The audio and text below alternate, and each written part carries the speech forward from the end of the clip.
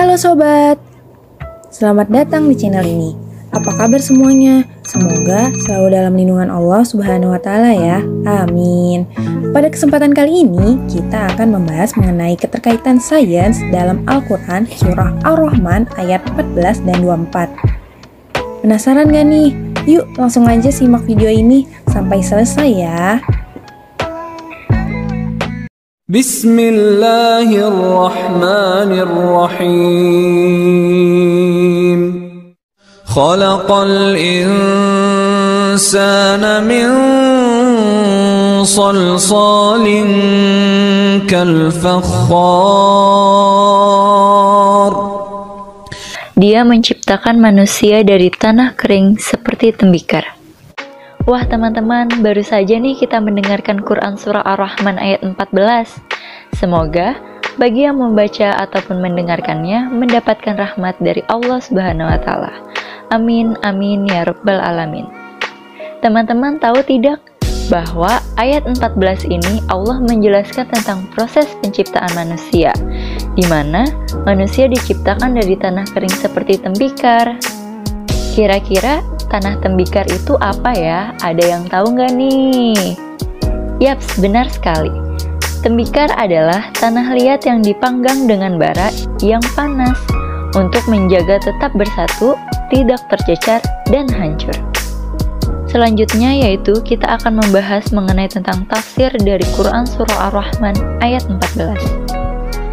Menurut Al-Tabari, yaitu seorang ahli tafsir, menyebutkan bahwa yang dimaksud dengan al-insan pada ayat ini adalah Nabi Adam alaihissalam, yaitu sebagai manusia pertama yang diciptakan Allah Subhanahu wa Ta'ala dengan bahan baku tanah liat yang kering dari tanah surga.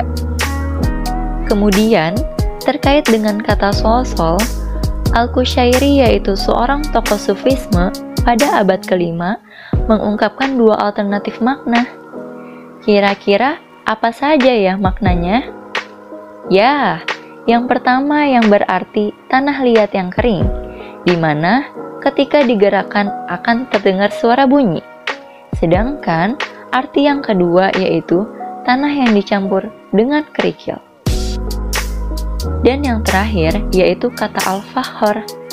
Menurut Fakhruddin Al-Razi, yaitu seorang ilmuwan muslim, kata al-fakhar adalah bentuk hiperbolik yang dapat dipahami bahwa tanah liat yang dibakar merupakan tanah yang dipilih dan terbaik. Wah, Masya Allah sekali teman-teman. Ternyata setelah kita mengetahui tentang tafsir dari Quran Surah Ar-Rahman ayat 14 ini, ada kaitannya dengan perkembangan sains yang akan kita bahas loh. Yang pertama, yaitu kandungan yang berkaitan pada tanah dan tubuh manusia.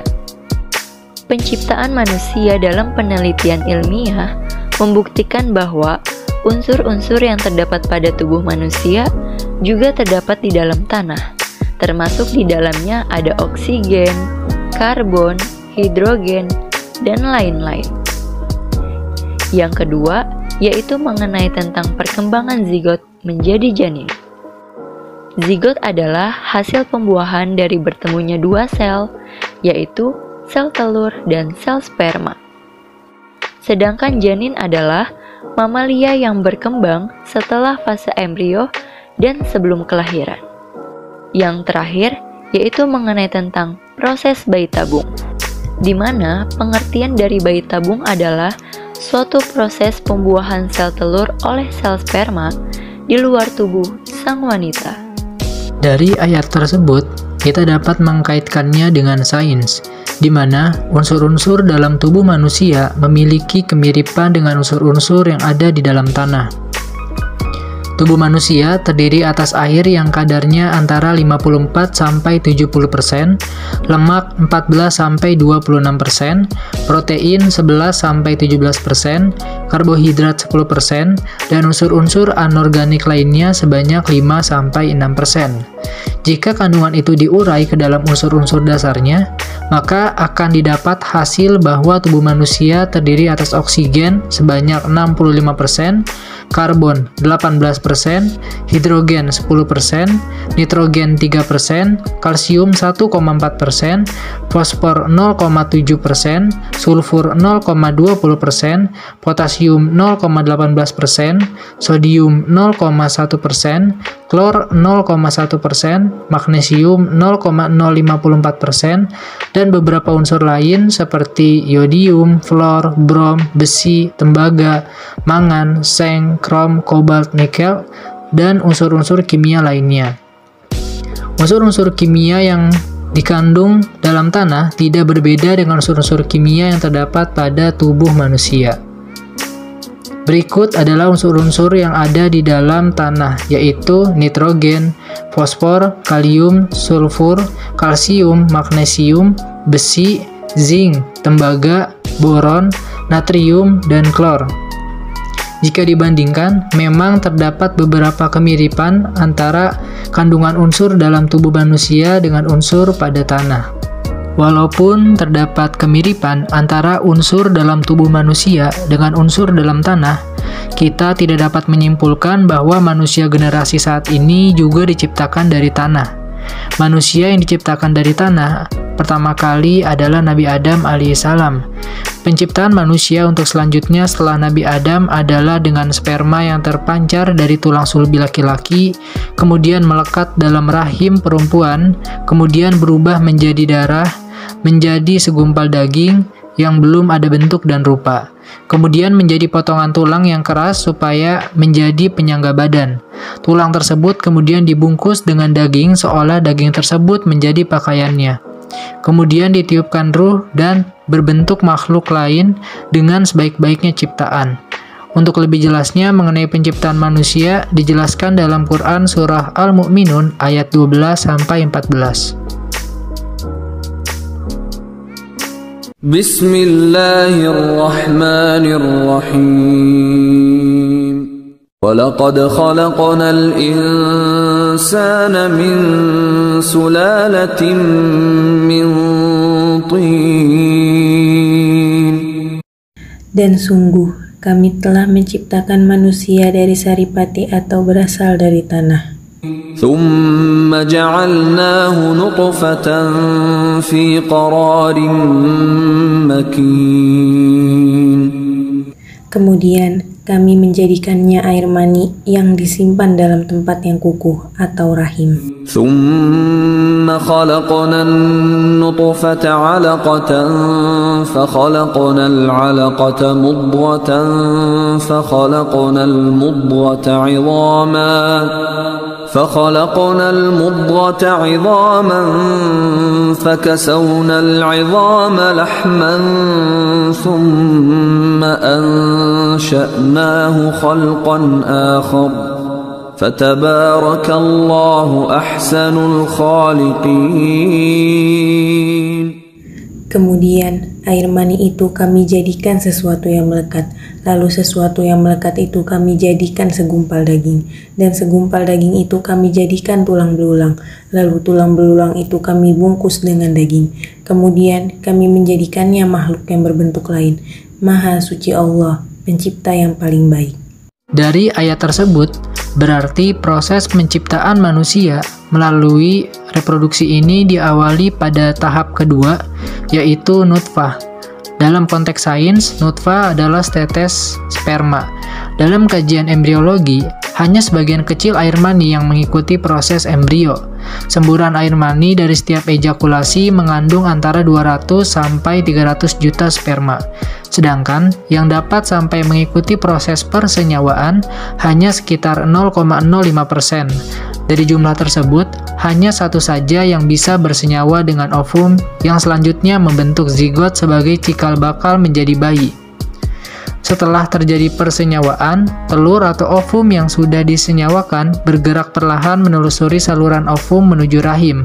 Setelah 5 hari, bola sel atau zigot akan kembali ke rahim, kemudian setelah kurang lebih seminggu berlalu, janin akan tertanam pada dinding rahim ini mengakhiri proses nutfah. Tahap selanjutnya yaitu alaqoh. Kata alaqoh jika kita terjemahkan ke dalam bahasa Indonesia akan muncul 3 makna, yaitu segumpal darah, sesuatu yang menggantung, dan lintah, di mana ketiga makna tersebut seperti tidak ada kaitannya dengan proses embriologi. Tetapi jika kita lihat lebih mendalam dari setiap maknanya tersebut, maka kita akan mendapat kaitannya dengan proses embriologi. Makna yang pertama yaitu segumpal darah. Dalam gambar tersebut, perkembangan dalam minggu ketiga, jantung yang bersekat bergabung dengan pembuluh darah membentuk sebuah sistem kardiovaskular utama. Dan pada akhir minggu ketiga, darah mengalir kepada jantung mulai berdetak pada hari ke-21. Adanya aliran darah pada fase ini menimbulkan bentuk seperti gumpalan darah. Makna kedua yaitu sesuatu yang menggantung, diartikan sebagai tali pusar. Pada zaman sekarang, kita tahu bahwa tali pusar dibentuk dari batang penghubung, dan batang penghubung telah terbentuk pada saat embrio terbentuk. Sehingga batang penghubung embrio saat dijelaskan oleh John Allan sebagai objek untuk menggantungkan embrio yang berkembang dalam extra embryonic column. Jadi, sebuah embrio menggantung dan menyerupai gumpalan darah. Makna ketiga dari alaqah artinya adalah lintah. Dalam gambar tersebut, figur A adalah sebuah anatomi dari seekor lintah, sedangkan figur B adalah sebuah gambar embrio yang berumur 24-25 hari.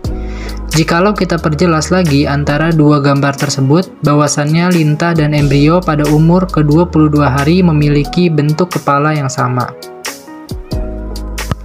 Setelah alaqah, tahap selanjutnya adalah mudghah.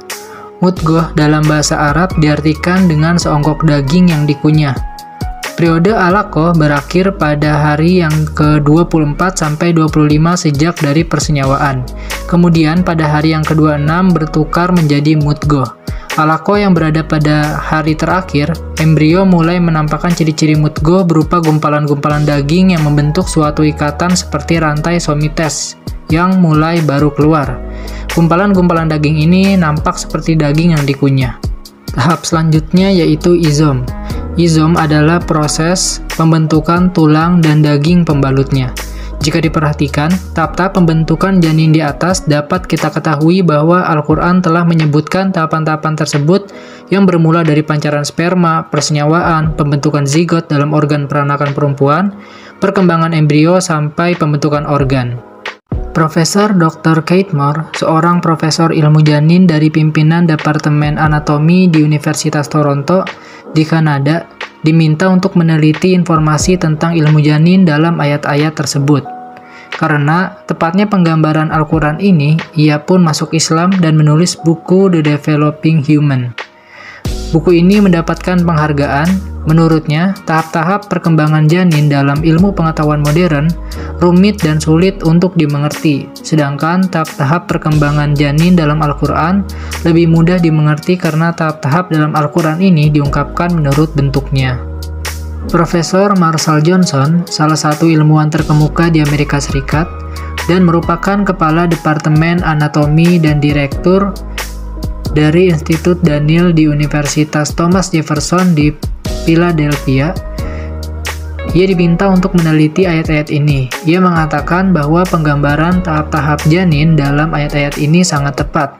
Ia berkata, Muhammad SAW pastilah memiliki mikroskop yang canggih. Padahal, mikroskop pertama kali ditemukan berabad-abad setelah Nabi Muhammad SAW meninggal. Itu pun mikroskop yang pertama ada, tidak bisa memperbesar lebih dari 10 kali. Ia mengatakan, saya melihat tidak ada pertentangan dengan konsep bahwa intervensi ketuhanan dilibatkan ketika Muhammad SAW menyampaikan Al-Quran. وَلَهُ الْجَوَارِ الْمُنْشَآتُ فِي الْبَحْرِ كَالْأَعْلَامِ. Yang memiliki arti, miliknya lah kapal-kapal yang berlayar di lautan bagaikan gunung-gunung. Berikut merupakan penggalan ayat dari Quran Surah Ar-Rahman ayat 24. Walahul jawari, dan kepunyaannya lah bahtera-bahtera yang memiliki makna bahwa kapal-kapal yang berlayar di lautan. Al-Munsya'atu, yang tinggi layarnya, yang memiliki makna bahwa layarnya terdiri dari kayu yang disusun meninggi sampai terlihat seperti gunung-gunung. Fil bahri kal a'lam, di lautan laksana gunung-gunung, yang memiliki makna bahwa kapal-kapal itu berpindah di lautan dengan memuat banyak rezeki dari satu negeri menuju negeri lain, agar dapat memenuhi kebutuhan setiap negeri dan memindahkan kebutuhan suatu negeri yang berlebihan. Teman-teman tahu nggak nih bahwa pada Quran Surah Ar-Rahman ternyata ada kaitannya loh dengan sains? Yap, betul sekali, yaitu pada prinsip Archimedes. Berikut penjelasannya. Kapal laut adalah pengangkutan laut yang sangat penting untuk menghubungkan antara satu pulau dan pulau yang lain. Selain itu, fungsi terpenting kapal laut adalah untuk mengangkut muatan dalam jumlah yang sangat banyak. Hal ini merupakan sebuah fakta yang perlu dihantar untuk menggunakan kapal laut pada jarak yang jauh. Contohnya, pelabuhan Indonesia ke Malaysia yang menjadikan kapal sebagai alat transportasinya. Kapal dapat dianggap sebagai balak yang terapung di permukaan air. Badan kapal laut sebagian besar terbuat dari besi atau baja. Berat jenis besi atau baja lebih besar daripada berat jenis air. Tetapi, mengapa kapal laut dapat terapung ya? Kapal laut dapat terapung karena bagian dalam badan kapal laut dibuat berongga loh. Nah, rongga ini berisi udara yang memiliki massa jenis lebih kecil daripada air. Dengan adanya rongga ini, massa jenis rata-rata badan kapal laut dapat dibuat lebih kecil daripada massa jenis air. Dengan massa jenis badan kapal laut yang lebih kecil daripada massa jenis air tersebut, akan diperoleh berat kapal sebagai W yang lebih kecil daripada gaya ke atas FA dari air, sehingga kapal laut dapat tetap terapung di permukaan air. Hal ini dapat ditemui pada hukum Archimedes. Archimedes merupakan seorang tokoh Yunani kuno yang menyatakan bahwa jika suatu benda dicelupkan ke dalam suatu zat cair, benda tersebut mendapat tekanan ke atas yang sama besarnya dengan berat zat cair yang terdesak oleh benda tersebut. Ketika suatu benda dimasukkan ke dalam air, ternyata beratnya seolah-olah berkurang. Nah, peristiwa ini tentu bukan dimaksudkan bahwa benda tersebut hilang ya teman-teman, tapi disebabkan oleh suatu gaya yang mendorong benda yang arahnya berlawanan dengan arah berat benda. Archimedes secara tak sengaja melibatkan fenomena fisik yang menjadi dasar prinsip Archimedes. Pada saat ia sedang memasukkan dirinya pada bak mandi, saat itu ia merasakan beratnya menjadi lebih ringan ketika di dalam air, dan banyak air yang tumpah keluar dari bak mandi. Gaya ini disebut dengan gaya apung. Gaya apung sama dengan berat benda di udara dikurangi dengan berat benda di dalam air. Seperti yang sudah dijelaskan sebelumnya, mengapa kapal dapat terapung tentunya memenuhi prinsip Archimedes ini. Terdapat pesan dan hikmah dari Quran Surah Ar-Rahman ayat 24. Yang pertama, bahwa bahtera-bahtera di atas laut hingga di dalam laut adalah dalam kendali dan kuasa Allah Subhanahu wa Ta'ala. Allah lah yang memelihara dari hempasan badai dan gulungan ombak. Kemudian, bahtera atau kapal yang dapat berjalan di atas laut itu merupakan nikmat besar yang memudahkan urusan kehidupan, seperti transportasi, kesejahteraan, dan urusan penting yang besar yang sulit didustakan. Sehingga kita harus selalu bersyukur ya teman-teman, bahwa nikmat yang Allah berikan kepada kita semua merupakan bentuk cintanya Allah kepada hamba-hambanya. Pada saat ini banyak digunakan energi nuklir untuk menjalankan kapal selam. Sebelum mengetahui cara kerja mesin kapal selam nuklir, kita harus memahami proses atom menghasilkan energi. Menurut Michael yang juga doktor fisika nuklir dari University of Manchester, Inggris, memaparkan inti dari setiap atom adalah inti atom yang terbuat dari proton dan neutron. Jumlah proton akan menentukan unsur kimia apa yang dimiliki oleh atom. Unsur yang atomnya memiliki jumlah proton yang sama tetapi memiliki jumlah neutron berbeda disebut dengan isotop. Beberapa inti yang sangat berat memiliki kerentanan tinggi terhadap pembelahan atau pemecahan nuklir atau fisi. Pada proses ini, inti atom akan terpecah menjadi dua inti yang lebih ringan dengan massa total lebih kecil dari inti aslinya. Lalu, sisanya akan berubah menjadi energi. Nah, energi yang dilepaskan ini memiliki jumlah yang sangat besar. Besaran sebuah energi dapat dilihat dalam persamaan Einstein, yaitu E sama dengan mc². Persamaan tersebut menunjukkan bahwa energi sama dengan massa dikalikan kuadrat kecepatan cahaya. Setelah memahami cara kerja atom dalam menghasilkan energi, kini kita akan masuk dalam penjelasan proses perubahan energi pada kapal selam nuklir. Alat pembangkit tenaga atau reaktor yang ada di kapal selam nuklir biasanya memiliki bahan bakar uranium alami yang ditambang dari tanah. Uranium ini sebagian besar terdiri dari isotop bernama uranium-238 yang bercampur dengan sedikit 0,7% dari isotop utama uranium-235. Untuk membuat reaktor ini bekerja, bahan bakar uranium harus diperkaya supaya mengandung proporsi uranium-235 yang diinginkan. Untuk kapal selam, peningkatan bahan bakar yang dibutuhkan biasanya sekitar 50%. Proses memperkaya bahan bakar ini merupakan faktor penting untuk mempertahankan reaksi berantai agar tingkat pengeluaran energi tetap konsisten. Dengan begitu, di dalam reaktor uranium-235 didorong dengan neutron yang menyebabkan beberapa inti mengalami pemecahan atau fisi. Selanjutnya akan ada lebih banyak neutron yang dilepaskan menjadi energi. Proses ini akan terus berlanjut dan disebut dengan istilah reaksi berantai nuklir. Kemudian, energi yang dihasilkan akan dilepaskan sebagai panas dan digunakan untuk menggerakkan turbin yang menghasilkan listrik untuk menggerakkan kapal selam nuklir. Contoh kapal selam bertenaga nuklir yaitu Seawolf kelas Amerika Serikat. Terima kasih telah menonton video ini. Semoga video ini dapat bermanfaat ya. Sampai jumpa lagi.